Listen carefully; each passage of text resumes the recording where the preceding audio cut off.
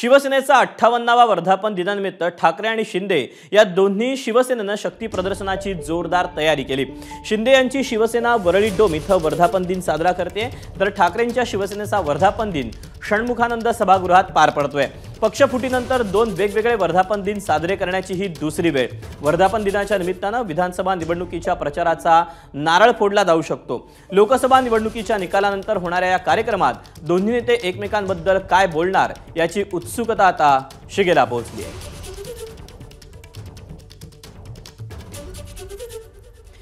आपण या दोन्ही मेळाव्याचे अपडेट जाणून घेऊयात। वरळी डोम इथून अक्षय भाटकर आपला प्रतिनिधी आपल्या सोबत आहे, तर षण्मुखानंद सभागृहातून राजू सोनावणे आपल्या सोबत आहे। अक्षय, वरळी डोम मध्ये काय नेमकी तयारी पाहायला मिळते? कुठले नेते आतापर्यंत दाखल झालेत? काय एकंदरीत लगबग पाहायला मिळते?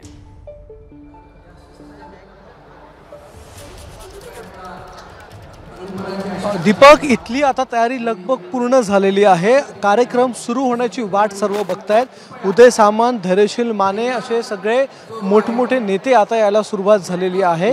त्यांच्याबरोबर पक्षाचे सगळे प्रवक्ते आलेले आहेत आणि मुख्य आकर्षण जे आहे ते म्हणजे या ठिकाणी सगळे खासदार येणार आहेत, नवीन निवडून आलेले, ज्यांचा सत्कार इकडे केला जाणार आहे। मुख्यमंत्री हे 7 वाजता ठाण्याच्या घरातून निघतील आणि ठाण्यावरून ते या वरळीच्या इथे येतील। 7:30 पावणे 8 पर्यंत येण्याचा अंदाज आहे आणि त्यानंतर अगदी 10 ते 15 मिनिटात मुख्यमंत्र्यांच्या भाषणाला सुरुवात होईल। आजचं भाषण महत्त्वाचं असणार आहे, कारण की मुख्यमंत्र्यांच्या नेतृत्वात पहिल्यांदाच लोकसभेच्या निवडणुका लढल्या गेल्या होत्या। हे एकनाथ शिंदे यांचं नाव घेऊन या लढल्या गेल्या होत्या आणि जी काही मतं पडलेली आहेत शिवसेनेला ती एकनाथ शिंदे यांच्या नेतृत्वात पडलेली आहेत। त्यामध्ये 7 खासदार निवडून आलेत। आता तोच स्ट्राईक रेट जो आहे तो विधानसभेला देखील कंटिन्यू ठेवायचा आहे आणि म्हणून हा वर्धापन दिन महत्त्वाचा आहे। एकीकडे लोकसभेचा अनुभव, त्या ठिकाणी ज्या चुका करण्यात आल्या होत्या, मग जागा वाटप असेल किंवा इतर गोष्टी असतील, त्या टाळून आता विधानसभेसाठी तयारी करायची आहे। हाच कानमंत्र जो आहे तो आजच्या या सभेच्या निमित्ताने, वर्धापन दिनाच्या निमित्ताने मुख्यमंत्री देताना दिसतील आणि यामध्ये त्यांच्या भाषणामधले महत्त्वाचे मुद्दे हेच असतील की कशा प्रकारे आपल्याला शिवसेना पक्ष हा वाढवायचा आहे। विधानसभेच्या निवडणुका देखील आपल्याला याच स्ट्राईक रेटने, याच दृष्टीने खेळायच्या आहेत किंवा त्या पूर्ण करायच्या आहेत। त्यानंतर महानगरपालिकेच्या मुख्यमंत्र्यांच्या भाषणाकडे सगळ्यांचं लक्ष लागलेलं असणार। अक्षय, तू राहाच आपल्यासोबत, आपण षण्मुखानंद सभागृहाच्या ठिकाणी जाऊयात। आपल्यासोबत राजू सोनावणे आहे। राजू, कसा उत्साह नेत्यांमध्ये तर दिसतोयच, मात्र कार्यकर्त्यांमध्ये, शिवसैनिकांमध्ये हा वर्धापन दिवस अनेक अर्थांनी जरा वेगळा ठरणारा आहे। शिवसेनेवर एवढी मोठी आपत्ती आल्यानंतर आणि भाजपाने स्वायत्त यंत्रणांना हाताशी धरून आमच्यातल्या काही लोकांमध्ये फुटीरतावाद पेरल्यानंतर शिवसेना कुणाची हा निरर्थक प्रश्न आणि नकली असलीचा खोडसाळवाद भाजपाने उभा केला होता। त्या खोडसाळवादाला महाराष्ट्राच्या जनतेने अत्यंत ताकदीने लोकसभेला उत्तर म्हणतात। विचारांचे वारसदार पोस्टर्स लागलेत शिंदेच्या शिवसेनेत। काय असतं ना दादा, बाटगा अधिक कडवा असतो। बाटग्यांना सांगायची गरज पडते की आम्ही फार कडवट आहोत, आम्ही फार कडवट आहोत।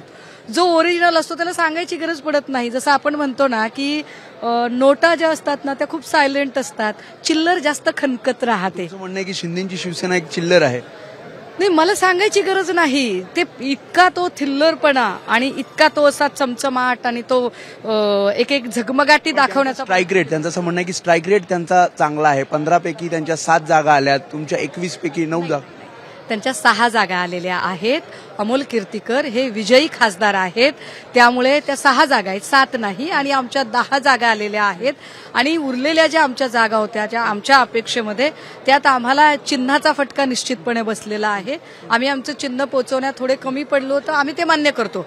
आम्ही भाजपसारखे किंवा शिंदेसारखे ग्रेसफुली पराभव पचवणं जे असतं ते त्यांना जमलेलं नाहीये, त्यामुळेच ते कदाचित अर्बन नक्षलवाद ग्रेसफुली पराभव पचवणं जमलेलं नसल्याचं सुषमा अंधारे म्हणतात। आपण राजू सोनावणेकडे जाऊयात आणि त्याच्यासोबत अमोल कीर्तीकर आहेत। राजू, सभेच्या मध्ये हा वर्धापन दिन आहे, काय सांगाल?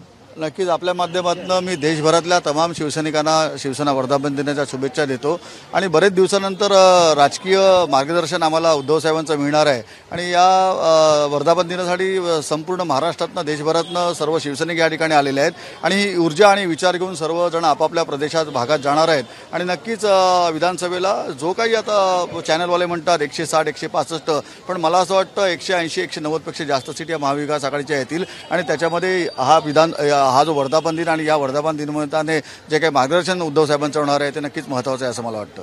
आगामी विधानसभेचं रणशिंग आज फुंकलं जाईल. 100%, कारण पुढची येणारी निवडणूक ही विधानसभाच आहे आणि सर्वजणच म्हणतात की महाविकास आघाडी अत्यंत चांगल्या मताधिक्याने आणि चांगल्या मार्जिननी या विधानसभेमध्ये निवडून येणार आहे आणि त्याच्यामध्ये उद्धव साहेब हे फार मोठं काम करणार आहेत. खरं तर लोकसभेच्या आधी भाजपकडनं महायुतीकडनं मोठमोठ्या वल्गना केल्या गेल्या होत्या, मात्र त्या पूर्ण होऊ शकलेल्या नाहीत. या सगळ्यांचा समाचार आज उद्धव ठाकरे घेतील. 100%, कारण गेल्या 2-3 वेळेला ज्यावेळेला उद्धव साहेबांच्या समोर मी प्रसारमाध्यमांना जे उद्धव साहेब सामोरे गेले होते त्यावेळेला त्यांनी तेच सांगितलं होतं की वर्धापन दिनाच्या दिवशी माझ्या मनातलं जे काही राजकीय आणि माझ्या कार्यकर्त्यांना माझ्या पदाधिकाऱ्यांना जे सांगायचं नक्कीच सांगणार आहे आणि नक्कीच आज चांगल्या प्रकारचा संदेश ते महाराष्ट्राला देईल असं मला वाटतं. स्वाभाविकच अमोल कीर्तीकर यांची ही प्रतिक्रिया होती. आगामी विधानसभा निवडणुकीमध्ये महाविकास आघाडीच्या 180 जागा निवडून येतील असा विश्वास त्यांनी व्यक्त केलाय. दुसरीकडे शिंदेंच्या शिवसेनेचे मंत्री उदय सामंत यांची प्रतिक्रिया आली, ते काय म्हणतात आपण पाहूया. वर्धापन दिनाच्या पार्श्वभूमीवर लोकसभेच्या पार्श्वभूमीवर हा आमचा वर्धापन दिन होतोय. ज्या शिवसेनेकडे वंदनीय बाळासाहेबांचा विचार आहे, ज्या शिवसेनेकडे धनुष्यबाण आहे, त्या शिवसेनेचा हा वर्धापन दिन आहे. आणि लोकसभेच्या निवडणुकीमध्ये आमच्या सगळ्या शिवसैनिकांनी एकनाथ शिंदे साहेबांच्या नेतृत्वाखाली स्ट्राईक रेट कसा ठेवायचा असतो हे अख्ख्या देशाला दाखवून दिलेलं आहे. विधानसभेमध्ये देखील महायुतीतला शिवसेना हा घटक फार मोठ्या ताकदीनं काम करण्याचा आजचा संकल्प करेल आणि महायुतीचंच सरकार विधानसभेच्या निवडणुकीनंतर परत प्रस्थापित होईल. एबीपी माझा, उघडा डोळे बघा नीट.